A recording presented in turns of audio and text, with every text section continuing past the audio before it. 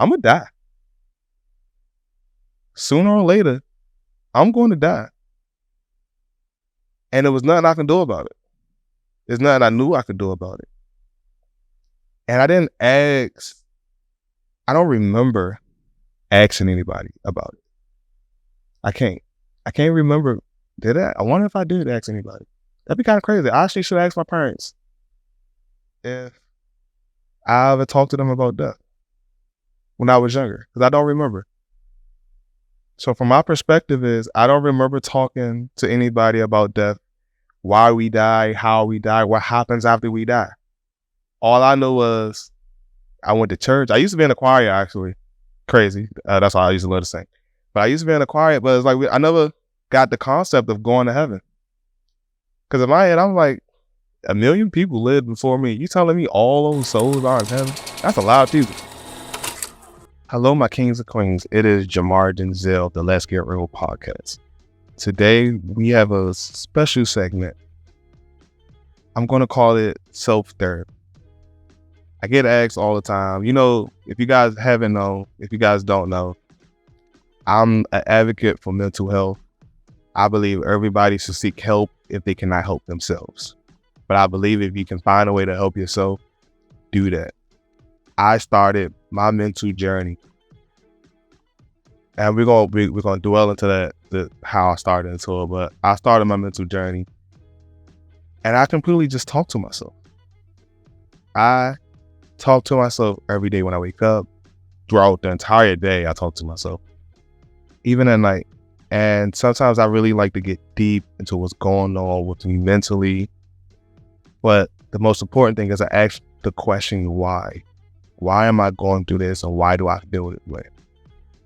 So that's what this segment is. This segment is just going to be just me talking to myself, and you guys are hearing how I dissect the traumas, my relationships, just my life in general. So today, the guest for today is no other than myself, Jamar Denzel. How are you doing? Yeah, man, it's great to be here. I'm excited. It's great to have you on the show. And I don't mean to smile. Everybody knows I'm happy, but the topic of today, if you guys read the title, is depression. Everybody's been asking us about our depression, and I think it's just time for us to talk about it, We've been finding reasons to skip through it. We either got a bad hair day because we feel about, I don't look great today. I don't want to be on camera. I don't feel like I look great today, actually. I need to go get a haircut. I haven't got one, but I just want to do it. Because if I don't do it now, I'm never going to do it. We're never going to do it, right? I don't like the way I look right now. Yes, it's crazy. It's crazy. So the topic of today is depression. So I want to know when and why our depression started. That's so good. Let's talk about that. That's a good question. When and why? When and why?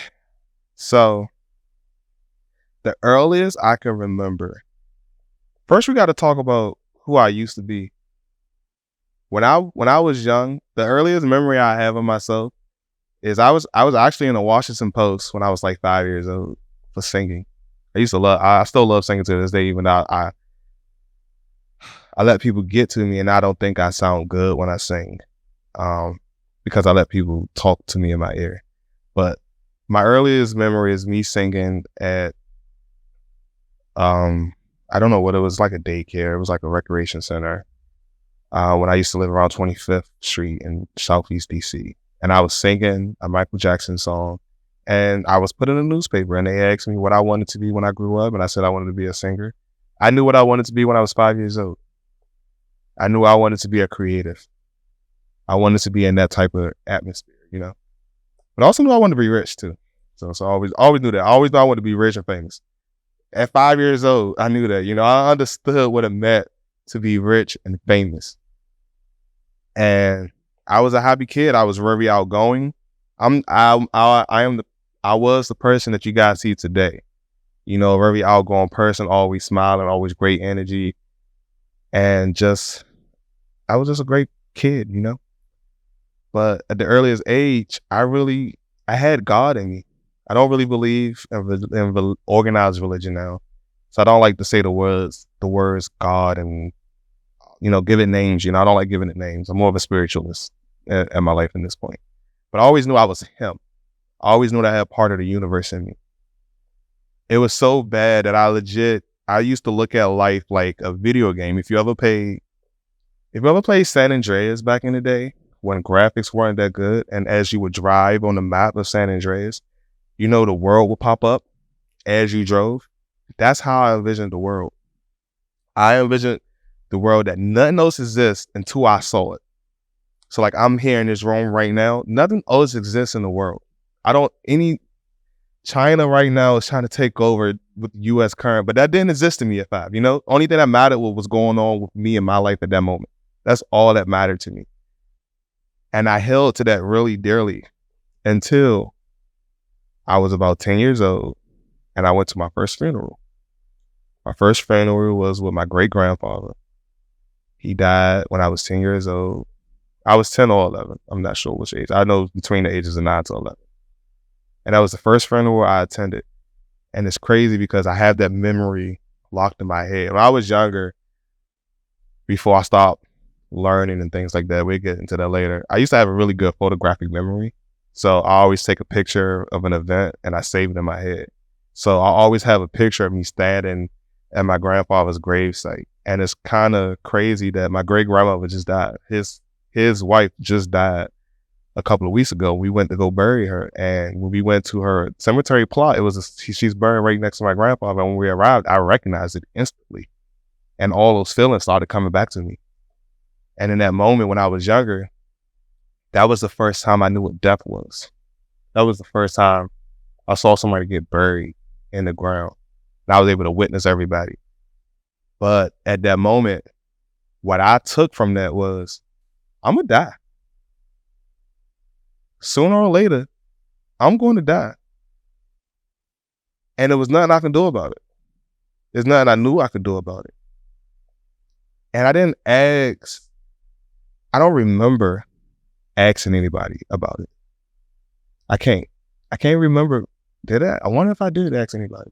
That'd be kind of crazy. I actually should ask my parents if I ever talked to them about death when I was younger, because I don't remember. So from my perspective is, I don't remember talking to anybody about death, why we die, how we die, what happens after we die. All I knew was I went to church. I used to be in a choir, actually. Crazy. That's why I used to love to sing. But I used to be in a choir, but it's like I never got the concept of going to heaven. Because in my head, I'm like, 1 million people lived before me. You telling me all those souls are in heaven? That's a lot of people. It's just that I couldn't just fathom it. I was like, we all in the same spot, like the same thing as Earth. The crazy thing that I went to was, when you die, it's like going to sleep. You just go into complete blackness. And that's how I looked at it. I looked at it as, you go into complete blackness and there's nothing there. You're just all alone and all you got is your thoughts. And in my moment and in my time as a 10-year-old child, I was like, what's the purpose of even continue to do anything?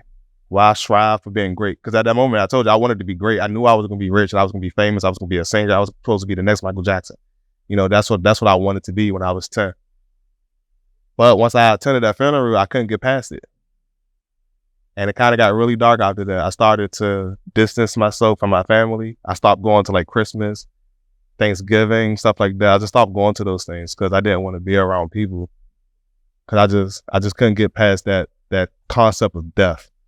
And then it just kept getting worse after that. After that, I broke my arm because I was playing on the jungle gym. I used to be afraid. I was never afraid. I'm afraid of heights now. And I wasn't never afraid of heights until I was like maybe 12 or something. That's when I broke my collarbone. And I became afraid of heights after that. And that's when I realized I can hurt myself. And I was like, shit, I can really die. I gotta be careful. And that's when I started putting fear in my own head. Because I was like, I can't do these crazy things that I want to do. Like now, I do crazy things now because I'm fearless at the moment. Like I drive 120 miles an hour on the road and don't care. But I stopped doing a lot of crazy things because I was afraid to get hurt and I was afraid to die. And that started to hold me back. And then it just kept getting worse because then you realize you black in America. It's like, shit, I'm a black man in America. It ain't great for us, It's tough for us, that I'm growing up and my uncles and my brothers, we can't talk about our feelings, we can't show weakness or things like that. That's how you grow up. my older brother actually still does that to my nephew to this day. I want him to see this actually, because he does it, and it bothers me when he does it, because like he would yell at him, and he doesn't need to yell at him, just need to talk to him, you know. And that's why I'm really calm with them when I deal with my nieces and nephews.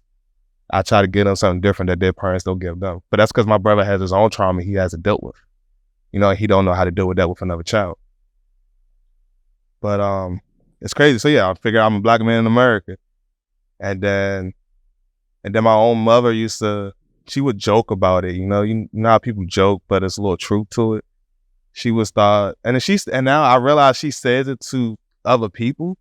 I realize it now that she does say it to other people, but I really took it to heart when she used to say it to me, because she used to say, I know I can recount on multiple occasions she has said to me as a joke. Like, I'm joking with my mom's like, hey mom, something, and she'll come back and say, well, that's why you my ugliest child. And that shit really got to me. And I started to think, am I her ugliest child? Because then growing up, girls used to love my brothers more than they loved me. You know, like my little brother was the cute brother. My oldest brother was the hood street guy. And I was the smart one. You know, that's all I had I was the smart one. I was the one that was always going to do great things. But I wasn't the handsome one growing up. So that lowered my self-esteem growing up. And all that trauma started building onto me. And I had nobody to talk to. My father wasn't there. My father only showed up when he wanted to stroke his own ego, to feel like he was a good father. That's the only time I felt like he came around. My uncle actually raised me, but my uncle wasn't a talker. You know, we just did things together. And so all that trauma just built on. So that was the when. I was 10. And the why was all this stuff just started coming on to me, and I didn't know how to deal with it. So it's crazy to hear all that stuff, all that trauma and all those things that we've gone through. But as we know, the grass is always greener on the other side. There's always so many sayings, but everybody goes through shit, you know? We're not the only ones that go through anything. There's people lives a lot worse than ours. Like, we live in America, so our life isn't that bad, you know? Like, we live with a house with great plumbing. There's not a wars going on, not here on our own homeland, you know? So it's not a lot for us to be about. But people do go through things, you know? And thank you for sharing what we had gone through. So the next part of it is how. How do you battle it? How do you go through every single day and get past all that trauma? And how do you deal with that? Because that's what people really want to know. So that's a great question. The question is, how did I battle depression? How did I get through it? So I constantly go through depression still. I just got out of depression season. I usually get depressed every year around November. My birthday is November 24th. But my little brother, he's not my blood brother, but he was like our adopted brother, because my mom raised him since he was like a couple of months old. It was one of her boyfriends, and we raised him. He was a couple of months old up until he was 14 years old. And when he was 14, he committed suicide. He was 13, actually. He was going on to 14. He was 13, he committed suicide. And to me, I was already contemplating suicide before then. Like I've always done. I never committed to it, but I used to play around with knives and think about it, you know? But he actually went and did it. He hung himself in our backyard. And at that moment, that night, I remember it when it happened, and I had a chance to, after like dealing with my mom, making sure she was good and my brothers was good, because my brothers actually found his body. But after going through all that, I remember it being late at night, I cried. Like, I leaned over my bed and I cried like I don't know for how long. And my brothers actually came in, and that was the first time I think they hugged me in a while, actually, at that moment, because they saw me hurt. But in that moment, I kind of realized that I loved my adopted brother. He was my adopted brother, but he was like I was closer to him than I was with my blood brothers, because I didn't know how to interact with my blood brothers, because like they hung out on the streets. We grew up in Southeast DC. And like I said, I was fearful. I didn't want to die. So I didn't hang out in the streets a lot. I was more to reading books, because books was a way to escape all the crazy crap that was happening in the world. So that's why I was a reader, because it helped me to escape. So that is kind of one of my house. I'm kind of realizing now, just saying it. That was how I dealt with it as a child.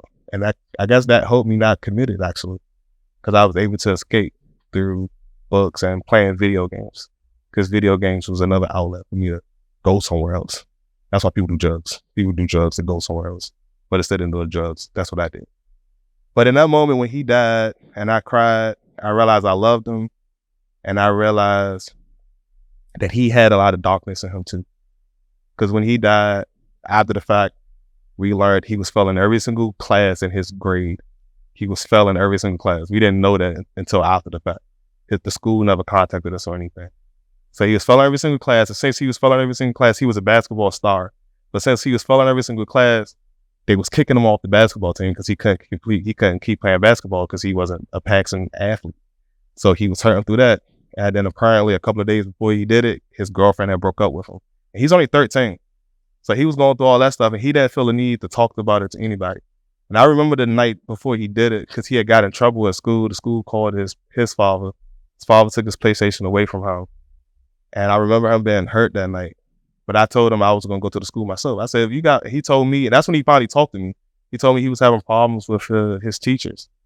And I was like 21 at the time. So I was like, if you need, I would go down there and talk to him myself. If your father don't got the time, because he was working 3 jobs.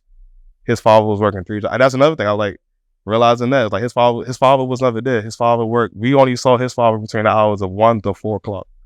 Because that's his father would come home at 12, go to sleep between 1 and leave at 4.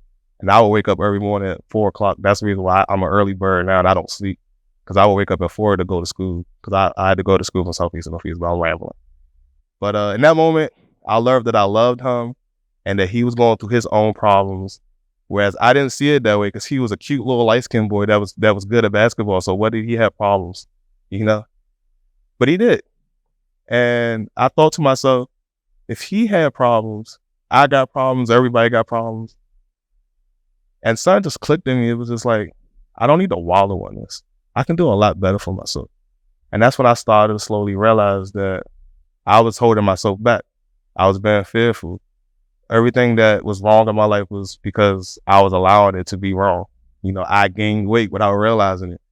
By that moment, I probably was, I don't know how old, I don't know how big I was. I just remember he died in 2013 and I had lost like 90 pounds by, I want to say like June of next year. I was down to like maybe 290. But when I got on the scale for the first time around like, I want to say February or March of 2014, I was at like a 380. So I don't know what my biggest was. I probably was bigger than that. But I know when I finally got on the scale, and I had already been working out. So I'm pretty sure I was a lot heavier. So, but my biggest that I can recollect was 380. And I got down from 380 to 290 after he died. And like I just clicked in me. I just didn't want to be that guy anymore. I wanted to be better for him. I wanted to live a life for him. So that's the how I was motivated by him just to keep going. And then after a while, I fell in love with photography, and photography changed my life. And I read from a scientist one day. He said most people manifest things when they fall in love. When you fall in love with a person or a thing, you usually start manifesting things inside your life. So I think that's what I did.